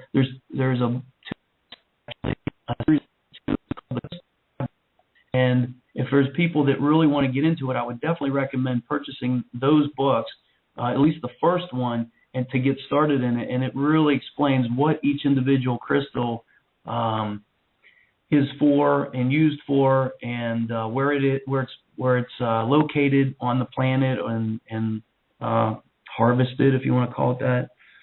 And so that would be my recommendation. Okay. Oh, you were actually breaking out when you gave the title of those sources. Can you quickly give those sources again? Sure. Yeah, sure. It's the Crystal Bible, and there's two of them. And so I would recommend the first one for anybody that's a beginner is the Crystal Bible. Okay. Want to change the subject again. Religions and how they suppress consciousness. I was talking in the beginning of the show when I was doing news about how certain religions do different things to suppress your consciousness, and I was talking about how the Islamic religion is particularly notorious for suppressing the feminine energy, as evidenced by the fact that women who go out in public have to cover themselves, and other religions do other things that are designed to suppress your consciousness. I once heard Andrew Bartzis, the Akashic Records reader, say that the religion that is the closest to being accurate in terms of spirituality is Buddhism, but even they got it wrong to some degree. And the New Age movement, that was designed to entrap and catch all the people that realize religions are designed to suppress your consciousness. And it was designed, New Age was designed to make people think everything is okay with the world. If you get spiritual, you can act like an ostrich with your head in the sand and everything will still be okay, which in this matrix is obviously not true. So can you confirm that religions, you shouldn't take them up because they're a bad idea? And if so, can you cover specific things in specific religions that each religion is notorious for specifically? Well, first of all, I have to agree with what you said. It's definitely put into place to separate, because if my God is better than your God, now all of a sudden we're fighting. We live in this polarity, like I said, and there's a male and a female energy. And without the complementary, and I mean just within your physical self, like I'm a man, but I have the male and female energies that's a balance. It's that yin and yang. And so, but within the collective consciousness, if things are out of balance and the suppression of the feminine is there, yes, that puts us out of balance, which now we can't reach our highest potential. And so all of these things have been put into place for millennium for the purpose of a few to kind of hijack our planet and take over. And for those who want to put their head in the sand, it would be the same thing as saying, oh, I'm a spiritual person and, you know, blah, blah, blah. Well, go run your head into a tree once and see what happens. Yeah, in a higher dimension, yes, you can go right through that. But we're here right now. And so some of the reason that some of us are here are to make changes to balance out, and it's not one-sided experience. And so those people that say, yeah, I'll stand behind you on that. We don't want someone that stands behind us. We want you right beside me. I don't want you in front of me. I want you right beside me. So as we collectively co-create what we want, the energy is right for it right now. Right now, we're here in the spring, you know, that we went through the spring equinox. We're already through the 2012 thing. The energies are here. I'm telling you right now, we're in a place and space in our universe and our solar system, the galaxy, that it's just ripe for change. And so as we come into April and maybe mid-April on, I really feel like we're going to see some physical, tangible things. And so when some of these channels say that this has already happened, what they're really meaning is, yes, from a higher vantage point, there's a template that's above us. And as it comes down into physicality, it takes what we perceive as time to manifest because it's so dense here. So from a higher vantage point, yes, it is already in time. Yes, it's the moment of now. So has it happened? Sure. But we can't idly sit by and let somebody else do the work, because you have to put action into your thoughts. It's not enough just to know something, because we are physical beings on this plane of existence. So once you know it, you have a responsibility to make a choice and say, okay, I have a choice in polarity to either do nothing or do something. And so my opinion is, and this is what my mom was just saying to me, a couple weeks ago. She's like, why do you go out and do these radio shows? You're putting yourself at risk. They're going to kill you. And I'm like, Mom, what is this planet going to be like in 10, 15, 20, or even more for my kids or grandkids? I can't know this stuff and just sit back and just let it happen. So it would be shame on me if I just would hold all this in and not physically speak about it, physically teach and educate and do my part when I'm recycling. Okay, I want to talk more about the future now, since you mentioned what things are going to be like. Specific things about the future, and I'll quickly cover them, and then you can give me your take on each one respectively. First of all, Akashic Records reader Andrew Bartzis said that throughout the course of 2014, we should expect to see the powers that be look really stupid, like the Three Stooges, because certain entities are no longer picking on the common people. This is a jokester and a prankster race of entities, Bartzis says, and they're now picking on and bullying around the governments and the New World Order. So we'll see all kinds of leaks and secrets exposed and other things that will make them look really stupid. Among other things, we recently had the government of Turkey getting caught on tape saying that they're going to stage a false flag and blame Syria, have Syria attack Turkey, or they attack themselves and blame Syria so they can invade Syria, and that got leaked. And that's just one of countless examples of that happening. But another thing that's specific about the future in terms of consciousness is Alfred Weber explained that people have spoken to him about how special people like indigo children and crystal children are getting abducted, not really abducted in a malevolent sense, but just for lack of a better phrase, and these extraterrestrials, these benevolent extraterrestrials, are tampering with the bodies and the genes and whatnot of these indigo and crystal children to prepare us for a consciousness shift that is supposed to happen around 2017. He says this is supposed to happen in late 2017, and Unified Soul Franco De Nicola also says a consciousness shift in 2017, and a couple reasons we need a consciousness shift, and Alfred Weber used the word need because Fukushima, that would cause mass extinction on a global scale had it not been for the fact that higher dimensional entities and extraterrestrials like the Galactic Federation of Planets are actually working really hard to keep the Fukushima radiation in check to make sure it doesn't kill us all. And also the collapse of the dollar is imminent. And Porter Stansberry of Stansberry Research and Associates said that July 1st of this year will be the day that the dollar will officially be dead, and a new Chinese currency run by China is supposed to take its place. And some say we need a currency dollar collapse in order to have a consciousness shift, and that might happen in 2014 to coincide with the prankster and the jokester race picking on the New World Order, and then the consciousness shift will happen in late 2017. So all this stuff I've said about the future, the near future, can you confirm, deny, or offer any comments about this? Well, I can comment on it. I would say that anybody that gives any date at all is putting themselves at risk, because there's so many variables that, like right now, if I gave you a prediction for tomorrow, I would be much more apt to be 100% on than if I gave you a prediction for 2 years from now, because you have to consider individual consciousness, collective consciousness, universal law. There's just too many variables that can influence what we see in the present moment as a potential of right now. And so the people that you really should listen to are the ones that give you a more general description of what's eventually. Because these things are going to happen, but the exact date or time, nobody knows. You just can't, there's just too many variables to even consider. Something has to happen.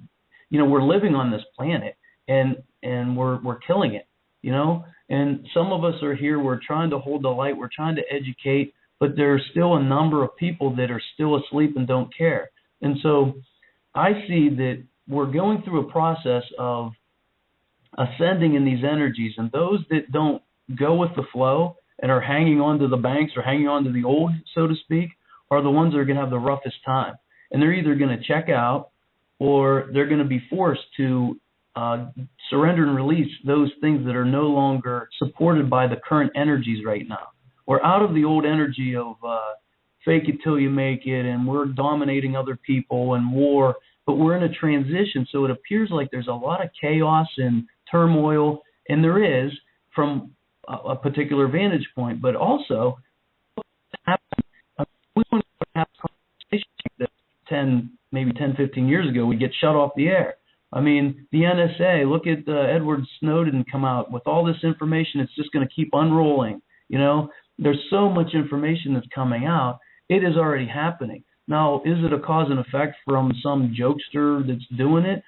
You know, maybe. I don't know about that. But I just know that by virtue of the energies that we're moving into, I just have a knowing that we're moving through these higher vibrations. And every time something celestial happens, anything natural that happens, like the spring solstice or the summer solstice, or there's an eclipse, all of these things are put into place on an energetic, from a higher perspective, to help humanity, help the planet, help our solar system raise in a consciousness and shift into a higher potential. And so even these comets that are coming through, and they're going around the sun, you know, the is going into the sun, and then I think it's transcended down to the earth, and we're getting the solar flares, the CMEs and X flares, and all these things. The sun is actually assisting the planet and humanity and everything and everyone that's on it. And so the bigger picture is, regardless if it's a cause and effect from, say, jokesters and all this is going to happen. It's just we want it in a linear way here in 3D. We want it explained like, you know, hey, can't you just tell me, can't we have some tangible evidence next month? And there's just too many variables to say, yes, yep, we're gonna see something. We're already seeing it. If you really, those that have eyes to see, that are really looking at things and how things are unfolding, it's happening. The way the universe works, it's subtle. It doesn't happen with the snap of the fingers. A lot of the channels are saying we're snap of the fingers, all of a sudden we're going to shift. That's not how the universe works. And I always look at it as though because of time and the way we perceive it, I don't see us shifting in an instant. I see it being subtle, and it's happening right now. Yes, and well, time is an illusion. I'm going to want to get into that in a little bit. But before we do, just quickly point out the whole thing about Porter Stansberry predicting July 1st is the date the dollar collapses. Just to quickly point out, that's the day that all the countries that use the dollar as the global reserve currency have to report to the IRS. Some law is going to be passed, and Stansberry explained in the video how that fact that the reporting to the IRS on dollar usage and whatever it's going to be will signal the dollar collapsing. Don't have time to get into that now, but just wanted to point that out in regards to why that's an exact date there. But one thing I do want to talk about is you mentioned the NSA a couple minutes ago. One thing about the NSA that you might be able to help explain is the fact that the NSA does monitor us in a way that's probably more complex than anything Edward Snowden has at his disposal.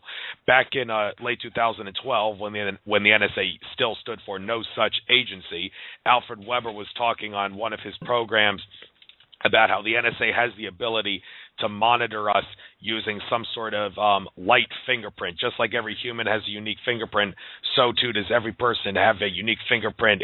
I don't know if the word aura is the right way to describe it, but we have our own light signature fingerprint that emanates from our body, and the NSA, supposedly with the use of technology such as the Gwen towers, have the ability to track and monitor people using this light electromagnetic or whatever it is fingerprint that comes from our body that's unique to all of us.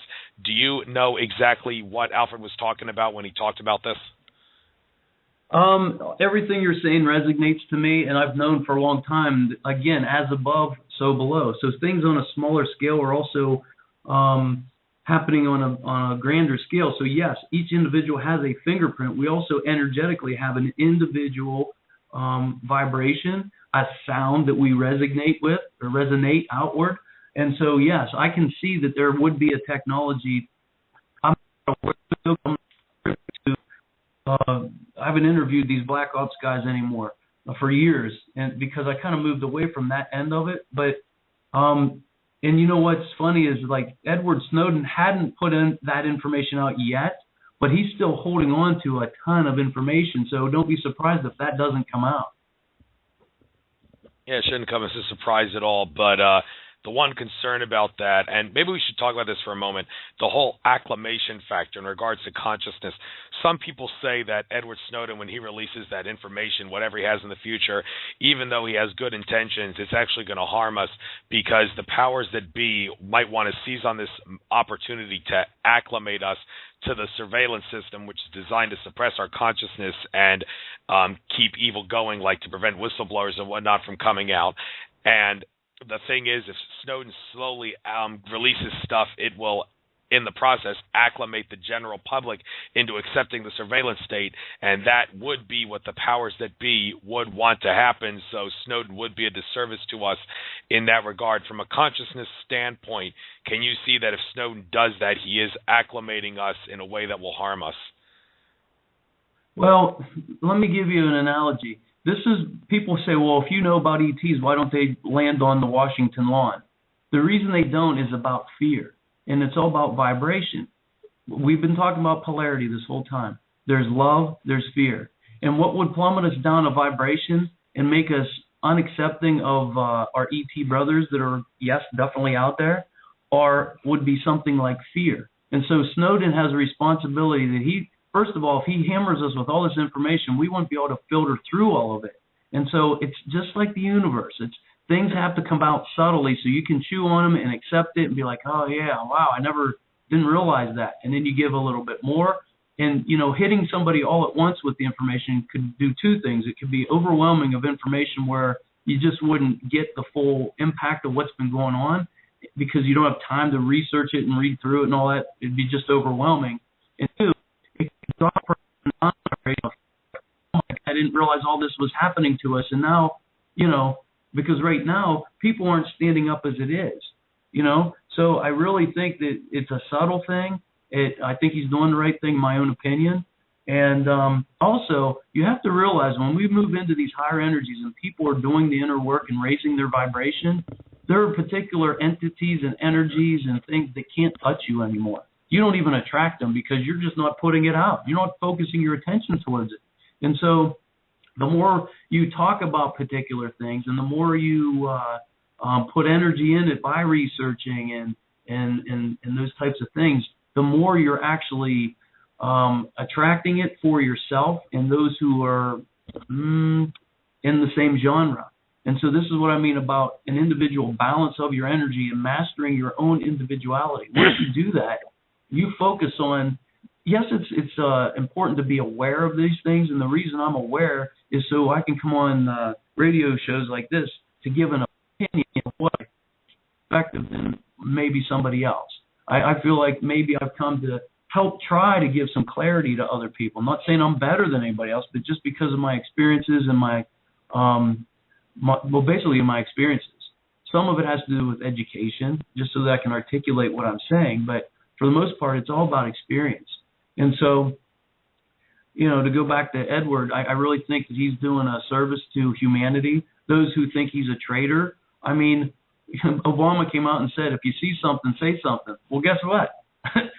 If our government is being unconstitutional and spying on us and doing things that the general public don't know and didn't approve, such as trillions of dollars in black ops projects that they lost, and Donald Rumsfeld coming out and saying we lost this money and I don't know, we don't know where it's at, and then later on 9/11 happens, and I mean, there's so much that has happened as far as hijacking this planet. What would it take to wake people up? And so, I think he's doing it the right way. That would be my personal opinion.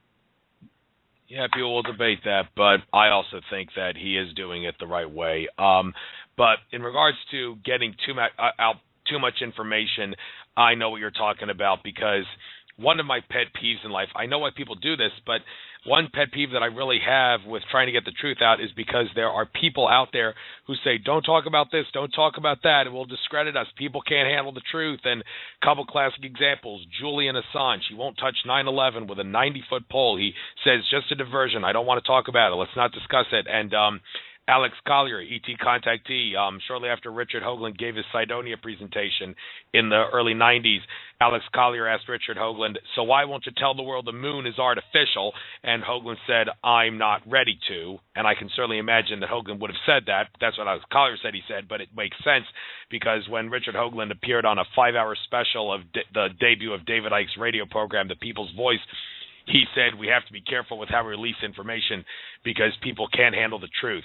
Now, in a sense, I find that kind of pathetic because, to be honest with you, if I was at a pro-Second Amendment gun rights rally, I would be the first person to shout, government staged Sandy Hook through my bullhorn, and I'd start spewing out the evidence and the information that shows that the government staged Sandy Hook.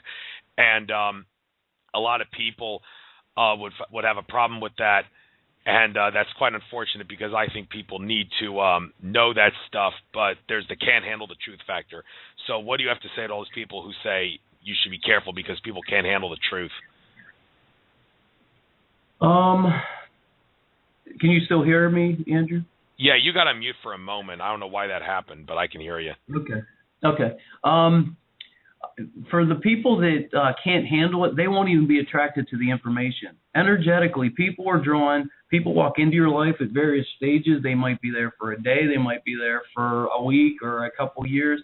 The information, what you're putting out is what you're attracting to yourself. You can get an ET in front of them, and they'll say, oh, yeah, right, that's that old Lucas. He did a really good job. They just won't believe it, nor will they be drawn to it. And so people have to have the free will to choose what information they'll take in. And it's not our job to fix or change anybody. Our job is to put the information out there, and if we're asked, to give it to them. And so that's my opinion on it. Like I said earlier in the show, I've tried to bring my family. They think I'm crazy because of all this information that we're talking about tonight. They've never done any of the research, so they have no idea that this is going on, and they want to stay in their little box. I can't judge them any more than they should be judging me, but that's the one-sided pet peeve, as you say, is for me is like, look, let me be and let me do my own research and talk to people that can speak my language. If you want to stay in religion in the box that you're in and put your head in the sand, like you said, that's fine. You can do that, but don't judge me and tell me I'm crazy for all this stuff that I know because of my personal on. Do you know what I'm saying? So it has to do with individual choice and free will. And again, some of us have come here to play out the role of the opposition. Some of us have come here to play the sleepy ones. And either they'll wait till the last second to wake up, or, they just won't wake up in this lifetime and they'll go somewhere else to continue their soul growth or their soul remembrance. And it's okay. There is no right or wrong. We're just here to experience life. Yes, we are. And on the subject of experiencing life, I want to talk about the whole subject of time being an illusion. By the way, we have, according to my clock, it says 10 minutes and 40 seconds, but I think this clock is off by a minute or so. So I'll know by the woman with the British accent's voice to see when the show really ends. But as of now, we have about 9.5 minutes left of airtime, according to the clock. So let's try to cover this the best we can. Time is an illusion. They say that in this third dimension, time, there is a sense of time that we follow because of time zones and daylight savings and all that stuff about time that's designed to suppress our consciousness. And the ETs in higher dimensions, they don't follow a sense of time.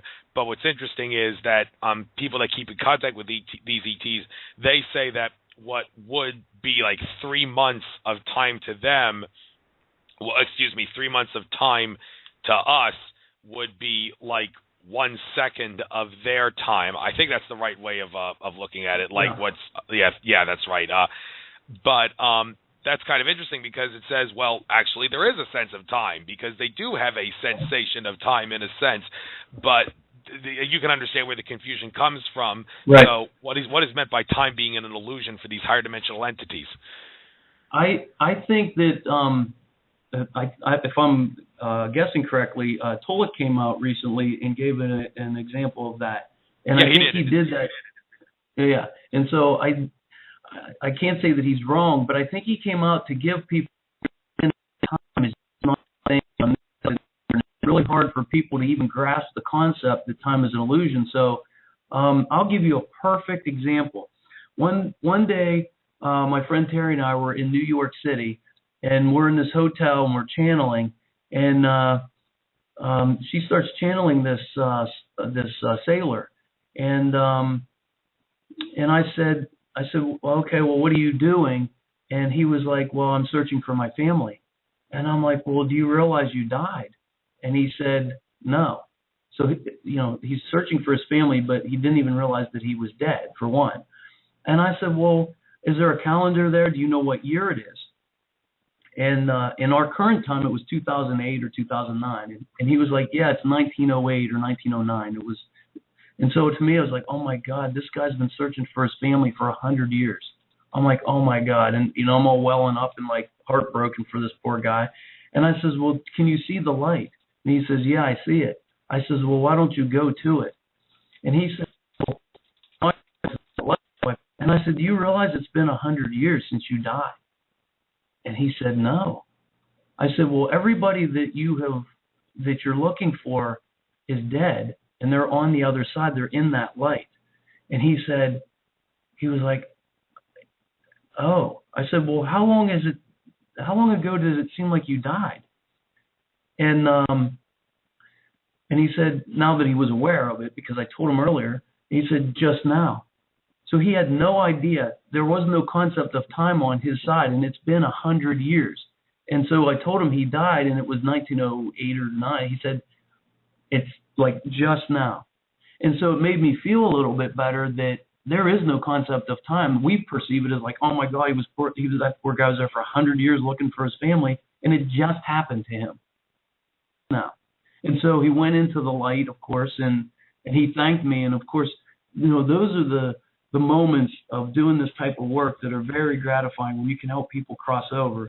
That he gave to me is their awareness from the astral realm up of time, and what I gave him the gift of is helping him be aware that he had crossed over and it's time for him to go to the light. And so that's my best representation of time as an illusion, the way we perceive it. We create it with calendars, with clocks, and the way nature works, they just go with the flow. Like if you watch animals or you watch trees and they bud in the spring and they create their leaves and then their flowers and then the nuts or the fruits come off, and then it's just seasonal. And we put timed everything like, oh, she's going to have a baby in 9 months. Does it happen the exact day? No. If he's ready, that's when it comes out. And so it definitely is an illusion, and it's really hard to grasp because we have memories of being a child, growing up into adulthood, our careers, our education, and we put time to it within all of that. But it becomes fixed in a way that it's really hard to realize that it's nothing more than an illusion. Yeah, it is hard to realize it, and hopefully we'll be able to break out of the time matrix really quickly. But we have about 4.5 minutes left, so I guess we might as well do one more subject here. Using violence to escalate violence. There's a philosophy some people follow, like David Icke says he fights for people's right to own guns because he understands if we lose the right to bear arms in America, we'll lose everything else because the right to bear arms, the right to own guns exists to protect ourselves from tyrannical government. But he understands that, but he says he still hates guns. He wishes for a world without them, and he doesn't own a gun. And even if he had a gun in his possession, he wouldn't use it because he does not believe in using violence to escalate violence. And then he said, but some people do, and that the New World Order realizes that, and that's why they want to disarm us. But this whole thing about how you might be better off without a gun if you do not believe in using violence to escalate violence, does that mean that we should be preaching to the world, hey, you shouldn't get a gun because you should never use violence to escalate violence? It doesn't matter how tyrannical your government is. Well, is that a crazy way of looking at it, or what would you have to say about that? You got 3.5 minutes. He's talking about two different levels of understanding. On one level, we're living in this 3D world, if you want to call it that, or 4D, and the people that have hijacked the country still have control at this moment. And so, yes, they want to de-arm everybody. And it's about polarity. Guns don't kill people. People kill people. So it's all about the principle of standing up and taking control of our God-given right, or our constitutional right, if you even want to say that, to protect ourselves. And so, the more freedoms they take away from us in physicality, it becomes your reality. So I agree with him that we should fight to maintain some of the right to protect, especially when it's a one side. It's like playing basketball with someone who's cheating. You can't win. And so the other side is cheating right now very badly. And so if we give our guns to them, give them a leg up to continue or perpetuate this issue or this reality that we have going right now. And so I would agree that we should be lobbying to keep our guns.